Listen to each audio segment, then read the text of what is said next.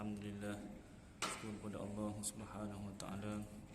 Takdir Allah yang sejak azali. Belajar ataupun ulang kaji ilmu fikih, ilmu tasawuf khasnya dan ilmu agama yang lain amnya. Seperti biasa kita gunakan dengan wirdul Imam Ali bin Abi Bakr As-Sakran daripada kitab Syawarikul Anwar dan juga kitab Barzanji. A'udzu billahi minasyaitonir rajim. Bismillahirrahmanirrahim.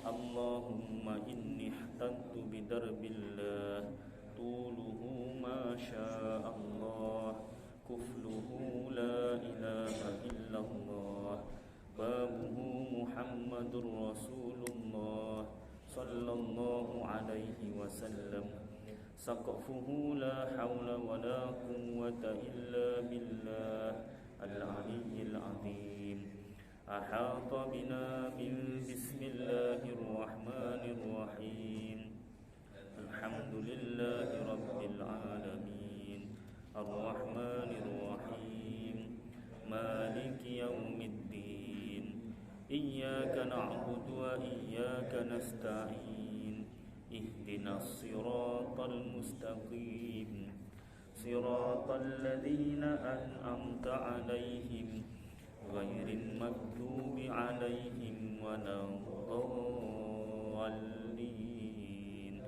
amin. Surun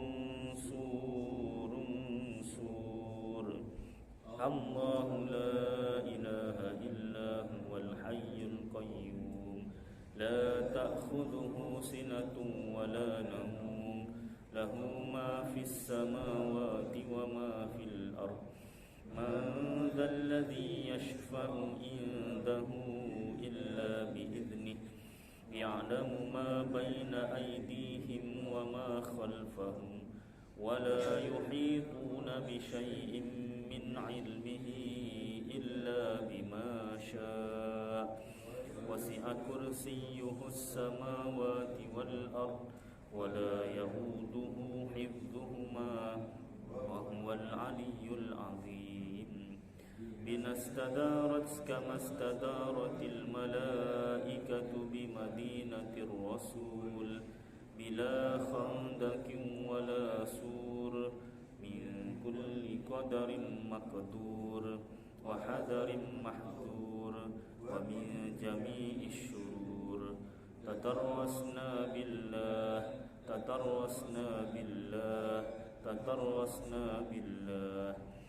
min aduwina wa aduwillah min saki arshillah ila qa'i ardillah bimi'ati alfi la hawla wa la quwwata illa billah al-aliyyil azim.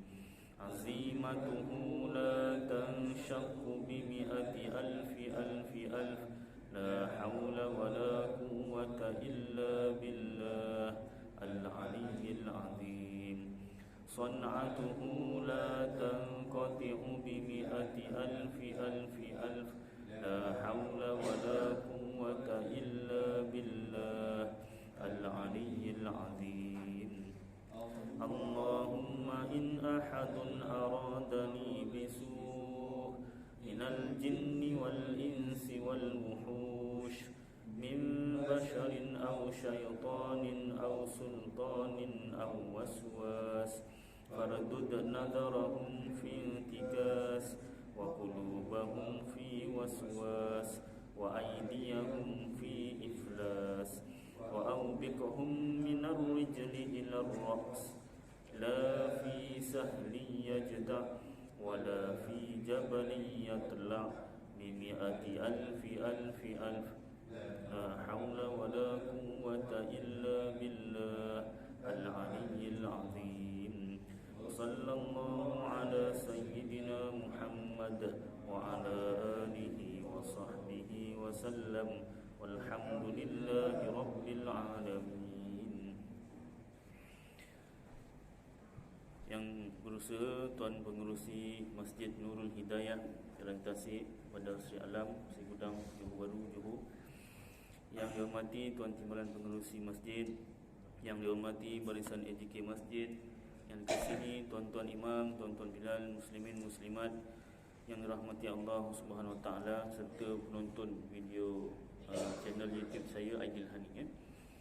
Baik, kita sambung. Sebelum kita sambung kitab Al-Jawharul Mahub wa Munabbihatil Qulub bagi Syekh Ali bin Abdul Rahman Al-Kelantani, saya nak sentuh sedikit tentang fikih bab sembahyang berjemaah. Saya lukiskan, iaitu tentang bagaimana nak merapatkan saf kalau kita jadi makmum masbuk. Masuk semua dah belah kiri. Minta maaf siapa yang terlibat. Ini cerita je kan. Saya pun tak sebut nama. Saya pun tak ingat siapa. Saya masuk dah ramai belah kiri semua. Jadi aku salah ke dia orang salah? Tak salah pun. Cuma yang afdalnya tengah-tengah. Jadi saya pun pergi tengah. Dia dah ramai kat sini. Jadi yang saya belajar belakang imam. Jadi ni kira saf ketiga lah contoh. Jadi saya pun pergi sini. Masuk lagi makmum lain, dia penuh kat sini juga. Dalam sembahyang saya terjeling lah kan, bukan tengok kan, terjeling lah, nampak. Nasib lah macam mana kan. Tapi nanti masa kuliah aku sampaikan lah. Minta maaf siapa yang kena. Bukan nak kenakan. Ni apa nama ni, kongsi ilmu. Mungkin tak tahu. Penuhkan lagi. Tak jejak pun sebelah saya. Sebelah tak ada orang langsung. Tak apalah. Mungkin dia tak tahu. Dia tengok ini yang ramai ni sikit, kita mesti pilih majoriti. Mungkinlah pada dia kan. Majoriti mesti betul agaknya lah kan. Tapi sebenarnya tak kira lah. Ini ustaz pun tak ikut ustaz. Kalau ustaz kat sini pun salah juga. Jadi kalau ustaz kat sini betul lah kan. Dia tak kira ustaz ke siapa. Jadi lepas ni andai kata berlaku begini, penuhkan belakang imam dulu. Tak kira lah saf keberapa pun penuhkan. Belakang imam betul-betul. Belakang imam dah ada orang, sebelah kanan dia, sebelah kanan makmum tu. Kalau belah kanan ni dah ada, kiri. Macam saf pertama jugalah. Kemudian kanan, kiri, kanan, kiri. Macam lagu, itu lagu. Ni memang susunan dia memang macam tu, bukan sebab ikut lagu. Baik. Kemudian andai kata sah tak orang yang sembahyang sini? Sah. Dari segi sah tu sah. Cuma dari segi afdal, tidaklah afdal kat situ. Dari segi itu pandangan ulama fikih. Tapi dari segi pandangan ulama tasawuf, kalau tak silap kata Imam Ghazali, kalau kita masuk-masuk, contohlah imam dah nak beri salam, dah tahiyat akhir, dia dah nak beri salam. Ni kalau daripada pintu nak pergi ke saf, sambung saf lah, kita nak sambung saf, memang tak dapat bersama imam lah. Tapi kalau betul-betul kat pintu, masuk je pintu masjid, terus sembahyang dekat pintu masjid, dapat masuk. Tatkala tu afdal lagi, stay dekat pintu tu, masuk-masuk tu, terus Allahu Akbar, kemudian Allahu Akbar turun untuk tahiyat akhir bersama imam. Itu lebih afdal lagi lah. Baik, itulah penerangannya lebih kurang. Baik, kita sambung kitab Al-Jawharul Mahub, muka surat 317, iaitu bab yang ke-31 pada menyatakan kelebihan hak segala anak atas ibu bapa. 317 bawah sekali. Dan sabda Nabi sallallahu alaihi wasallam, akrimu auladakum fa inna karamatal auladi sitrun minan nar. Artinya lebih kurang, muliakan olehmu akan segala anak-anak kamu, iaitu dengan macam mana? Membaikkan adab. Kita ajar adab-adab, adab dengan satu Allah Ta'ala, adab dengan Allah Ta'ala, kenalkan dia dengan Allah Ta'ala, kalau dia dah faham lah. Bila umur dia faham tu, kalau dia dah boleh membezakan baik buruk. Kira kalau macam kita masuk sekolah kan umur 7 tahun kan, kalau sekolah umur Masihi. Jadi umur tu lah dah boleh. Sebab kalau darjah 1 seragama pun dah ada ilmu tauhid tu kan, bab wujud sifat wujud kidam baqa tu secara ringkas. Itu pun kita dah boleh kenalkan siapa Tuhan, adab-adab dengan Allah Ta'ala. Jangan kita mempermainkan namanya, sebutan nama tu biar betul dan sebagainya lah. Adab dengan Rasulullah sallallahu alaihi wasallam, kenalkan dia. Itu sebenarnya bukan adab tu, dah masuk tauhid sebenarnya. Kemudian menghormatilah nama Nabi Muhammad, menghormati ajaran yang dibawanya. Adab kepada ibu bapa, kepada kita lah, anak-anak kita ajar adab kepada ibu bapa, adab kepada kawan-kawan, adab kepada guru, adab kemarin saya masuk kerja tempat baru, sekolah Seri JB. Ada seorang cikgu sama-sama masuk dengan saya tu, dia belajar ambil pendidikan kat UTM. Kemudian dia di offer ambil praktikum dekat Banjarmasin, Indonesia lah, Banjarmasin kat Pulauan Borneo lah. Banjarmasin kan. Itu tempat siapa? Tempat Syekh Muhammad Arsyad Al-Banjari, ulama, tempat ulama tu. Jadi dia ngajar sekolah teknik. Dia kata, ya Allah, beza betul adab pelajar-pelajar sana dengan pelajar-pelajar Malaysia. Taklah maknanya pelajar Malaysia ni jahat semua, tidak, tak beradab, tidak. Tapi sangat beza adab dia dengan guru-guru lah. Walaupun sekolah teknik, bukan sekolah pondok, madrasah, tak. Dia pun ngajar masak, kulineri. Tapi betul-betul menghormati guru. Memang dia rasa betul lah perbezaannya tu kan. Salah satunya sebabnya guru-gurunya masih dibenarkan murutan. Salah satulah sebabnya kan. Yang lain-lain tu memang tempat tu memang kelahiran ulama. Mungkin penghormatan kepada guru tu memang ditekankan, di setiap peringkat dan di setiap institusi pendidikan. Baik, sambung. Jadi dengan membaikkan adab, muliakan olehmu akan segala anak-anak kamu. Macam mana kita nak muliakan anak kita? Dengan membaikkan adab. Tadi adab dengan ibu bapa, guru, rakan-rakan. Jangan merendah-rendahkan rakan. Kalau anak kita kelas pertama, jangan rendahkan kawan-kawan yang kelas belakang. Mungkin dari segi pelajaran dia yang paling belakang, dari segi kemahiran ke, dari segi lain ke, mungkin dia lebih baik lagi.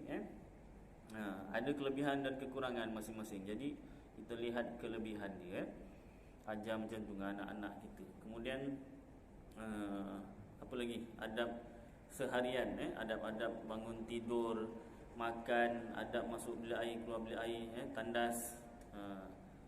Apa beza bilik air dengan tandas, Ustaz? Bilik air ni biasanya tempat mandi, tandas ni tempat kumpul najis. Tapi itu istilah kumpul najis tu dululah. Tandasnya ada tempat kumpul najis kan. Kita buang yang kecil, buang yang besar, ditadah kat bekas besin ke apa. Itu nama ada tugas pecacai tu kan. Tukang buang tadahan najis tu, buang ke loji. Sekarang dah semuanya flush. Jadi tandas tu kalau sekarang ni dah tak macam dulu. Dia dah bukan tempat kumpul najis. Dia tempat kumpul najis ni dah kat loji tu. Jadi kalau bilik air, kita boleh baca boleh sebut nama Allah. Kalau tandas makruh, asal hukumnya tandas tu tempat ada najis, tempat kumpul najis. Jadi kalau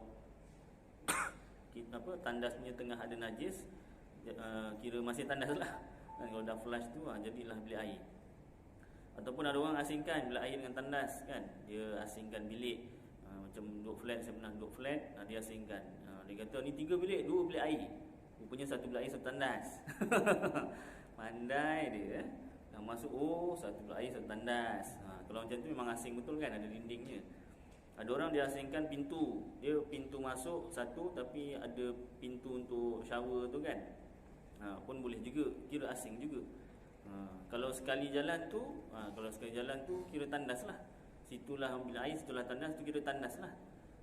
Kalau ada najis ketika itu, dikira tandas. Kalau tak ada, boleh dikira bilik air. Kalau bilik air ni tak makruh baca, nak sebut nama Allah, bismillah. Kita nak ambil sembahyang, baca Bismillahirrahmanirrahim, apa nama ni, niat wuduk kan, bahasa Arab ada lillahi ta'ala apa semua, nawaitu raf'al hadathil asghari lillahi ta'ala. Kalau mandi wajib, apa nama ni, kita baca mandi wajib, niat mandi wajib tu ada lillahi ta'ala, boleh benarkan. Tapi kalau tandas tak dibenarkan. Tandas tu iaitu tempat kumpul najis. Baik, adab tandas. Lagi adab makan, adab minum. Adab makan, makan apabila lapar, berhenti sebelum kenyang. Kita dulu makan kenyang, makan kenyang. Dah kenyang pun, tambah lagi. Memanglah ada saudara saya kan, anak dia sampai kecil lagi, skor rendah dah obesiti. Pasal apa? Dia rumah dia sebelah rumah mak dia. Jadi dah makan rumah dia, pergi rumah neneknya. Nenek dia dah makan? Belum.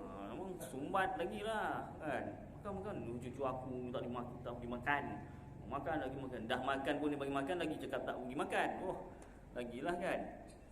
Obesiti budak kesian. Jadi apa nama ni, tapi akhirnya dapatlah dipulihkan. Bukan pulihkan berat badannya, pulihkan obesitinya, tapi berat badannya masih macam tu, tapi masuk sumo, sukan sumo. Jadi ada gunanya lah. Bersukan jugalah, kan. Cuma walaupun badan besar, tapi dia bersukan, kira sihat jugalah. Baik, itu adab makan. Selain kita ajar cara duduk makan tu kan, cara duduk Rasulullah ketika makan, kan. Saya sekala lah, kalau dah biasa duduk atas meja, nak suruh duduk bawah pun payah juga kan. Sekali-sekala ajar, biar tahulah. Kalau tak dapat tiap-tiap hari kan, sekali-sekala ajar makan dalam dulang sekali-sekala. Tapi biasa budak dah makan kat pinggan, makan dulang macam geli. Tak payahkan budak, bapak budak pun geli. Jadi macam orang Jawa kan, kalau makan nasi ambeng tu kan dalam tulang tu. Makan nasi ambeng orang tulang tau.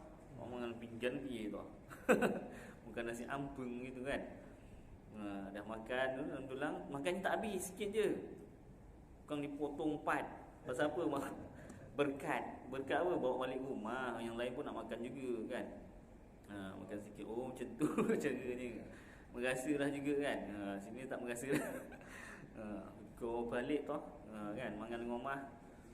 Saya dengan rumah mangan 3 tu skor ni kan. Baik. Jadi makan, adab makan, ajar. Doa makan.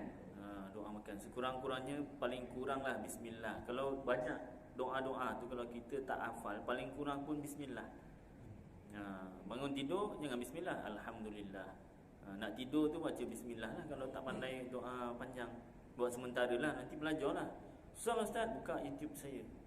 Saya sediakan video, video doa penuh dengan video cara nak doa, ajar anak baca pendek. Susah lah Ustaz. Awak ikut sekali dengan anak, buka, ikut sekali. Jom kita ramai-ramai, seminggu sekali jadilah. Time cuti kan. Baik, tengok movie je sama-sama kan. Tengok wayang boleh sama-sama satu kali ni. Tengok video untuk baca doa, kan. Dapat pahala, berkekalan pahalanya tu kan, amal jariah kalau anak kita terus amalkan. Baik, jadi paling kurang bismillah. Kemudian nak pakai pakaian, baca bismillah. Nak buka pakaian, baca bismillah, paling kurang. Jadi setiap perkara yang baik. Nak masuk tandas, kalau tak hafal, baca a'udzubillah. Bismillah pun baca. Pasal apa? Nanti nak buka pakaian dalam tandas. Jadi kat luar tandas tu baca a'udzubillah, bismillah. Nanti keluar tandas, alhamdulillah. Itu je lah, bismillah, alhamdulillah, kan. Sebelum makan, bismillah. Lepas makan, alhamdulillah. Cukup lah.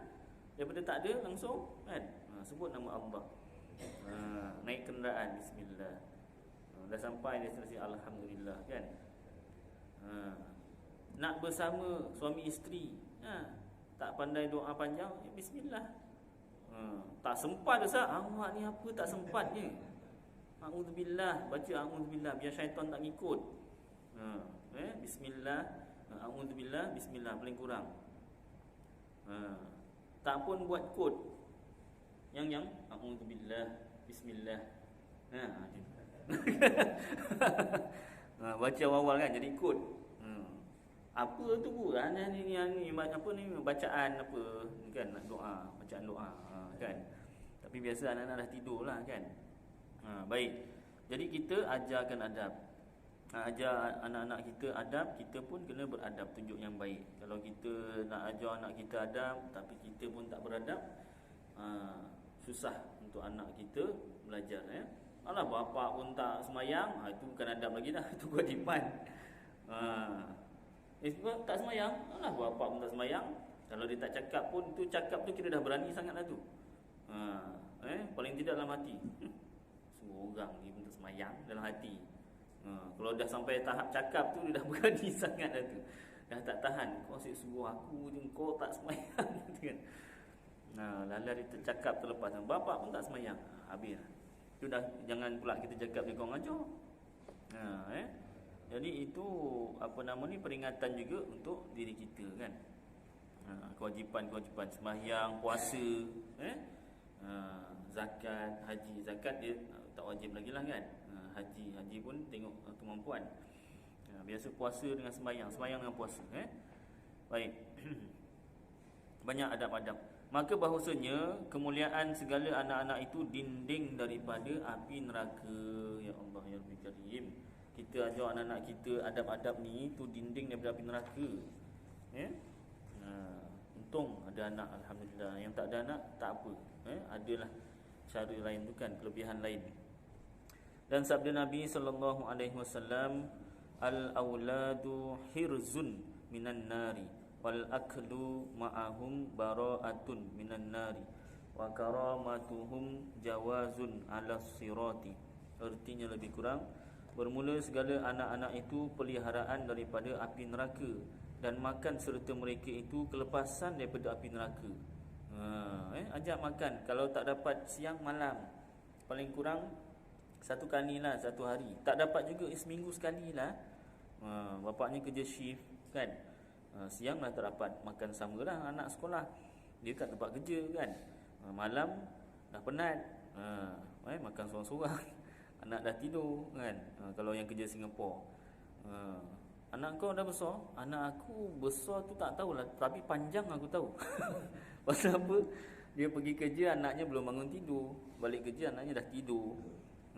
Anak aku besarnya aku tak tahu tinggi mana, tapi panjangnya aku tahu, paras ni. Kan ceritanya. Dia busy cari rezeki kan. Cari rezeki pun pahala juga, ibadat juga. Jadi paling kurang kalau macam tu, cari hari cuti makan, dapat pahala. Ya Allah, kelepasan daripada api neraka. Bukan main-main tu. Dia punya kelebihan. Makan dengan dia orang je. Susah Ustaz makan dia orang. Makan seorang-seorang senang, tenang je hati. Makan dengan dia orang kan sikit-sikit, itulah inilah, nak kena cubitkan lah ikan, takut tulang lah, apa macam-macam lah kan. Biasalah anak kan, kalau kecil lah kan. Dah besar kan pandai nanti.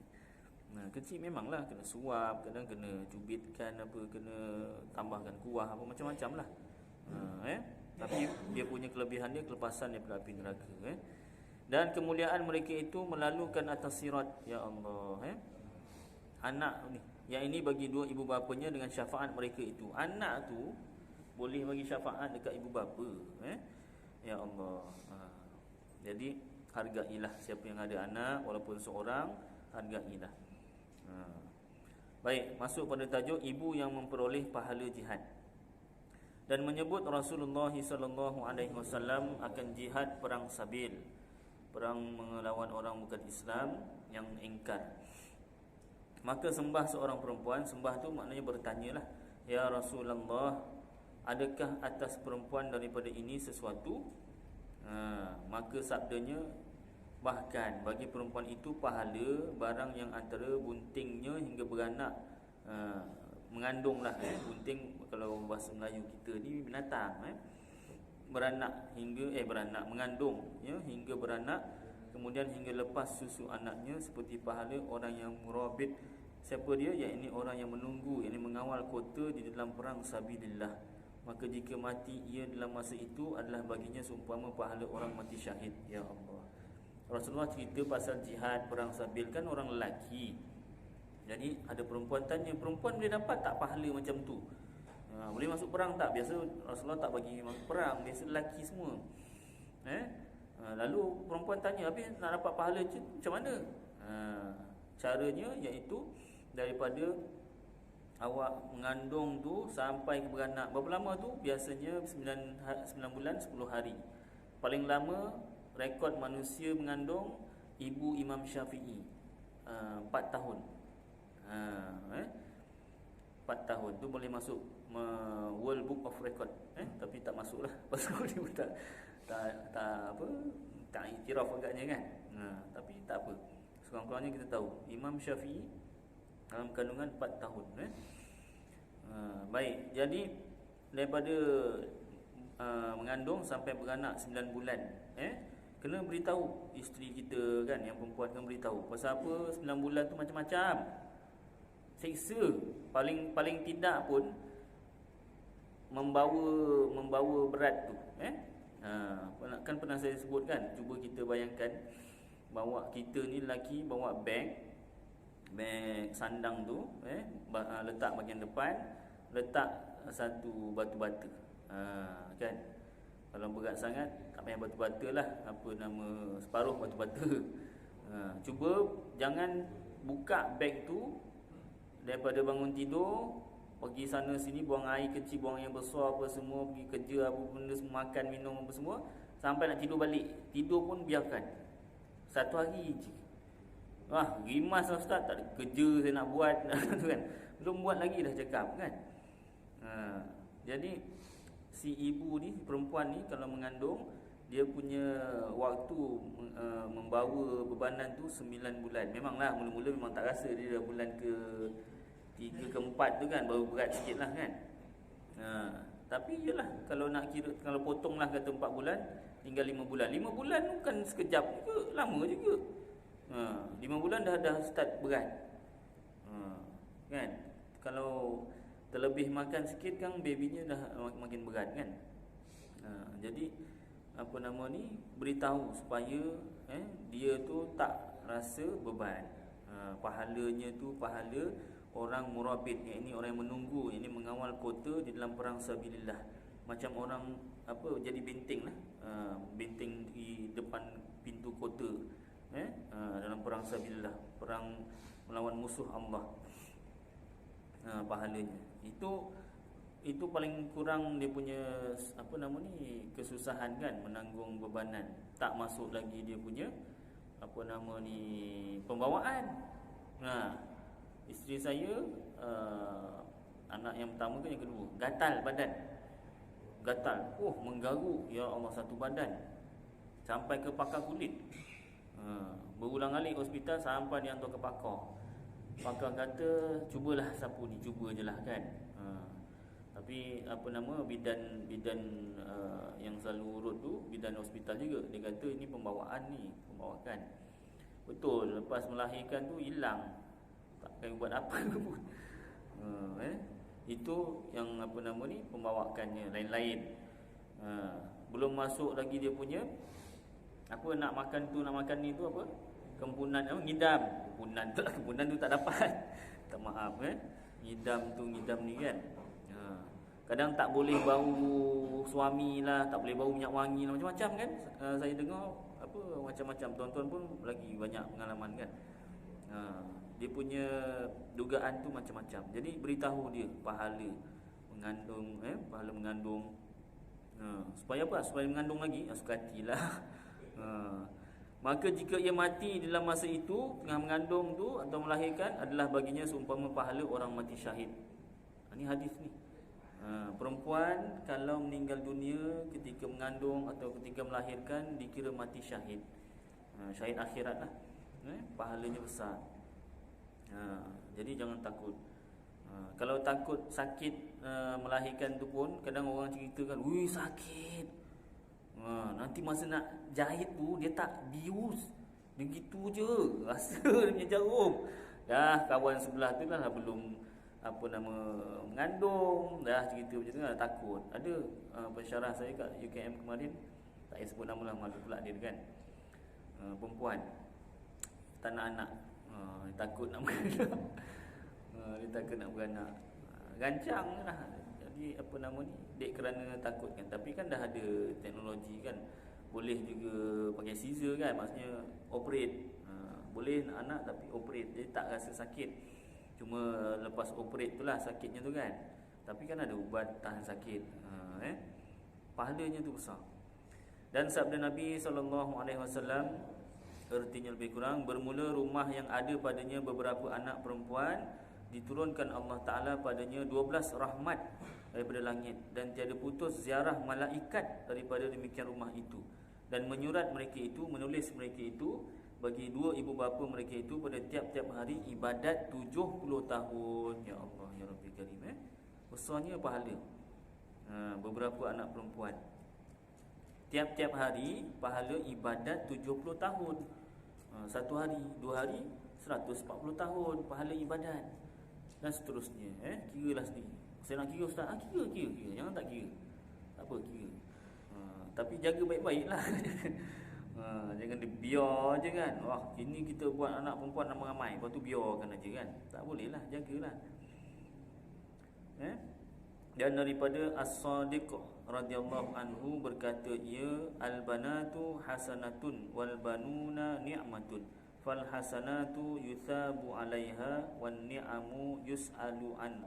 Artinya lebih kurang, bermula segala anak perempuan itu kebajikan, pahala, dan segala anak lelaki itu nikmat, kebahagiaan. Maka kebajikan itu diberi pahala atasnya, dan segala nikmat itu ditanyakan daripadanya.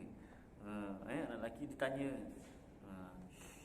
Dan sabda Rasulullah SAW, al-waladu as-salihu raihanatun min rayahinil jannati. Artinya lebih kurang, anak yang soleh itu bau-bauan daripada bauan syurga. Jadi kita nak dapat anak soleh, kita pun kena soleh. Jangan kita tak soleh tapi nak anak soleh. Saya dah tak boleh ustaz, saya dah macam ni, saya ni kalau cerita ustaz daripada muda sampai sekarang gini. Jangan kita cerita-cerita yang lepas-lepas. Jangan sampai kita berbangga dengan kejahatan atau keburukan yang kita pernah buat. Manusia masih ada peluang untuk berubah. Walaupun orang kata ni dah umur 40 ni dah tak berubah lah ni, memang sampai mati macam ni je lah perangai. Kan? Tapi selagi nyawa belum dicabut, peluang untuk bertaubat, peluang untuk insaf, untuk memperbaiki diri itu masih ada. Dari segi perangai tu, berubah tak berubah tu biasanya umur 40, kalau tak berubah jadi baik memang sampai ke mati biasanya. Tapi tak semestinya, boleh aja. Contoh dalam kitab Ta'limul Muta'allim, Tariqat Ta'allum bagi Syekh Zarnuji, ada satu orang umurnya 80 tahun, baru insaf, baru sedar, baru nak belajar, baru nak start belajar. Dia punya huha-huha 80 tahun. Kan? Sejak lahir huha-huha dia. Umur 80 baru nak belajar. Baru nak merangkak, nak belajar lah ABC, bukan ABC, alif bata lah. Baru nak belajar itu ini, memang daripada darjah 1 balik lah. Ini ceritanya. Jadi sekurang-kurang masa belajar 40 tahun. Sekurang-kurang masa belajar 40 tahun. Umur saya baru 37, masih 40 pun belum. Maknanya kalau sejak lahir saya belajar pun belum habis, sekurang-kurang masa belajar tu belum lepas lagi, kata ulama. Kita belajar akademik kan, kalau degree 3 tahun, paling lama pun 4 tahun kan, ambil akaun 4 tahun. Jadi ulama kata sekurang-kurang masa belajar tu 40 tahun. Ya Allah, Ya Rabbi Karim. Kalau kita baru belajar beberapa tahun, jangan kita rasalah dah banyak sangat kita belajar. Ya Allah, 40 tahun. Jadi dia belajar sampai 40 tahun. Bila dah 40 tahun belajar, gurunya suruh mengajar. Awak dah ilmu dah ada ni, sekurang-kurang masa belajar awak dah cukup, mengajar. Ajar apa yang awak dah tahu dah belajar ni, ajar. Dia pun ngajar orang. Bila ngajar orang, sekurang-kurang masa orang lain tu belajar 40 tahun, dia ngajar 40 tahun. Jadi bila umur dia 80, tambah 40, tambah 40, 160 tahunnya. Habis tamat je, wallahu a'lamu bissawab, kitabnya dia pun tamat riwayat hidupnya. Ya Allah, maknanya salah satu pengajaran daripada cerita ni kisah benar, bukan kisah dongeng. Dulu kan TV3 ada keluarkan kisah benar tu kan. Ni memang betul-betul kisah benar. Cuma tak dilakonkan semula lah. Kisah benar tu kan apa, suka tu saya tengok dulu masa kecil tu kan. Kisah benar. Kisah orang kena rompak lah, kisah orang apa, masalah rumah tangga. Memang semua yang masalah-masalah lah. Kalau cerita yang tak masalah, orang tak nak dengar, tak nak tengok kan. Kisah benar untuk jadi pengajaran lah kan. Ni kisah benar. Ni kisah benar ni belajar umur start 80. Jadi maknanya pengajaran yang pertama, nak belajar tak ada alasan tentang umur. Ustaz boleh lah muda lagi. Tak ada. Saya pun dah 37 dah, nampak je macam muda. Tua dah. Kerja kilang baru 3 bulan dah sakit-sakit pinggang lah, apalah. Paksa je kerja lain. Bertukar-tukar kerja. Sama. Dah rasa orang dah tua dah. Macam ni rupanya rasa tua baru kerja kilang. Bukan buat donat je, tekap-tekap donat kan kerja perempuan tu. Sakit-sakit pinggang lah, urat. Allah, malu betul. Kan? Tapi biar sedar dah tua dah. Baik. Jadi tak ada alasan untuk belajar, tentang alasan umur tak ada. Yang kedua, kelebihan belajar dan mengajar panjang umur. Alah ustaz, kawan saya belajar tiap minggu duduk kuliah ustaz. Dah pergi dah. Ya, tak semestinya yang belajar tu mesti umur panjang. Tidak, itu salah satu kelebihan. Salah satu kelebihannya belajar dan mengajar. Baik, sambung sini, panjang belok ni baca. Jadi anak yang soleh itu bau-bauan daripada bauan syurga. Nak jadi anak kita anak yang soleh, kita pun kena soleh juga jadikan contoh. Dan daripada Nabi SAW bersabda, ia setengah daripada hak anak atas bapanya 3 perkara. Satu, mengelokkan namanya. Maknanya tanggungjawab bapa lah ke atas anak. Mengelokkan namanya, bagi nama yang baik-baik. Jangan macam yang lepas tu. Minggu lepas kan saya sebut, ada, ini pun kisah benar juga. Dinamakan anak daripada Quran juga. Nama siapa? Rabbul Alamin. Memang bagus daripada Quran, tapi maknanya tu tak baik. Tuhan seluruh alam. Tak boleh nama anak Tuhan seluruh alam pula, tak boleh. Kalau Abdu Rabbul Alamin mungkin boleh. Tambah Abdu kan, hamba. Cari nama yang baik-baik. Yang kedua, dan mengajarkan dia menyurat, menulis. Ajarkan menulis. Saya tak pandai nak ngajar. Saya pandai tulis, tapi saya tak pandai nak ngajar. Hantar tu sebab kita hantar pergi sekolah tadika, sekolah agama. Yang ketiga, dan mengahwinkan dia apabila balik ia. Kalau dah perempuan lah biasanya kita carikan pasangan yang baik. Biasanya bapa atau datuk ni akan cari pasangan yang baik-baik. Baik. Kucuplah anak-anakmu, tajuk seterusnya. Kucup ni apa? Cium. Dan sabda Rasulullah SAW lebih kurang mafhumnya, kucup olehmu, cium olehmu akan anak-anak kamu. Maka bahawasanya bagi kamu dengan tiap-tiap kali kucup itu, cium itu, 1 darjat di dalam syurga. Barang yang antara tiap-tiap 2 darjat 500 tahun. Ya Allah ya Rabbi. Cium anak dapat pahala. Tapi jangan sampai dia rimas kan. Pada-padalah. Cium anak, sayanglah, tanda sayang Baik, yang lepas kan anak cium ibu bapa ibu bapa cium anak-anak Baik. Yang macam apa nama yang soalan tu kan, ustaz cium mak mentua, pak mentua boleh tak? Boleh. Saya dah start dah. Start yang kuliah masa tu saya dah start. Pak mentua, mak mentua kan. Mula-mula janggal juga. Bini saya pun saya sebut, cium dahi. Dulu dia macam malu lah, cium aja tak apa. Lama-lama dah biasalah. Kan? Yang menanya dah cium belum mertua anak bapa mertuanya tu? Siapa yang menanya kemarin? Baik. Mohon dikurniakan anak lelaki. Dan daripada Abi Abdullah radhiyallahu anhu berkata ia, masuk seorang lelaki atasnya, datang seorang lelaki kepada Abi Abdullah ni radhiyallahu anhu, maka berkata ia, ya ibnu Rasulullah, anak kepada Rasulullah ni. Diperanakkan bagiku 8 anak perempuan kepala atas kepala, yakni 8 anak perempuan itu berturut-turut. Oh, itu maksud dia, tiada aku lihat sekali-kali lelaki. Maka minta doa olehmu akan Allah Azza wa Jalla yang maha mulia dan maha tinggi, bahawa direzekikan daku anak lelaki. Maka berkata As-Sadiq radhiyallahu anhu, apabila engkau hendak jima' ni bersetubuhlah suami isteri, nak bersama, dan duduk engkau seperti duduk lelaki daripada perempuan, maka hantarkan olehmu akan tangan kanan kau di atas pihak kanan pusat perempuan, dan baca olehmu akan inna anzalnahu fi lailatul qadr. Daripada a'udzubillah lah, a'udzubillah, bismillah, baca suratul qadr 7 kali. Sabar dululah, nak baca 7 kali ni kan, dari bismillah pun tak sempat. Ini pasal nak anak lelaki kan. Sabar, kena sabar sikit. Tutup mata lah, tutup mata dulu kan.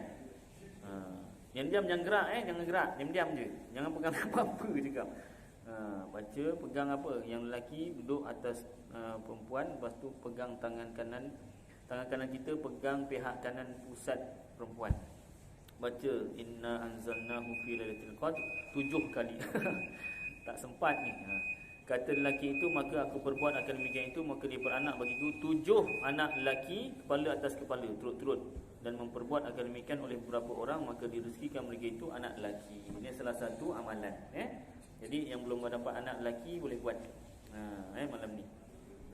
Cukuplah kadar ni tuan-tuan, beberapa perkara. Mudah-mudahan apa yang kita baca bersama jadi manfaat untuk saya dan tuan-tuan, dapat kita amalkan dan sampaikan insya-Allah taala.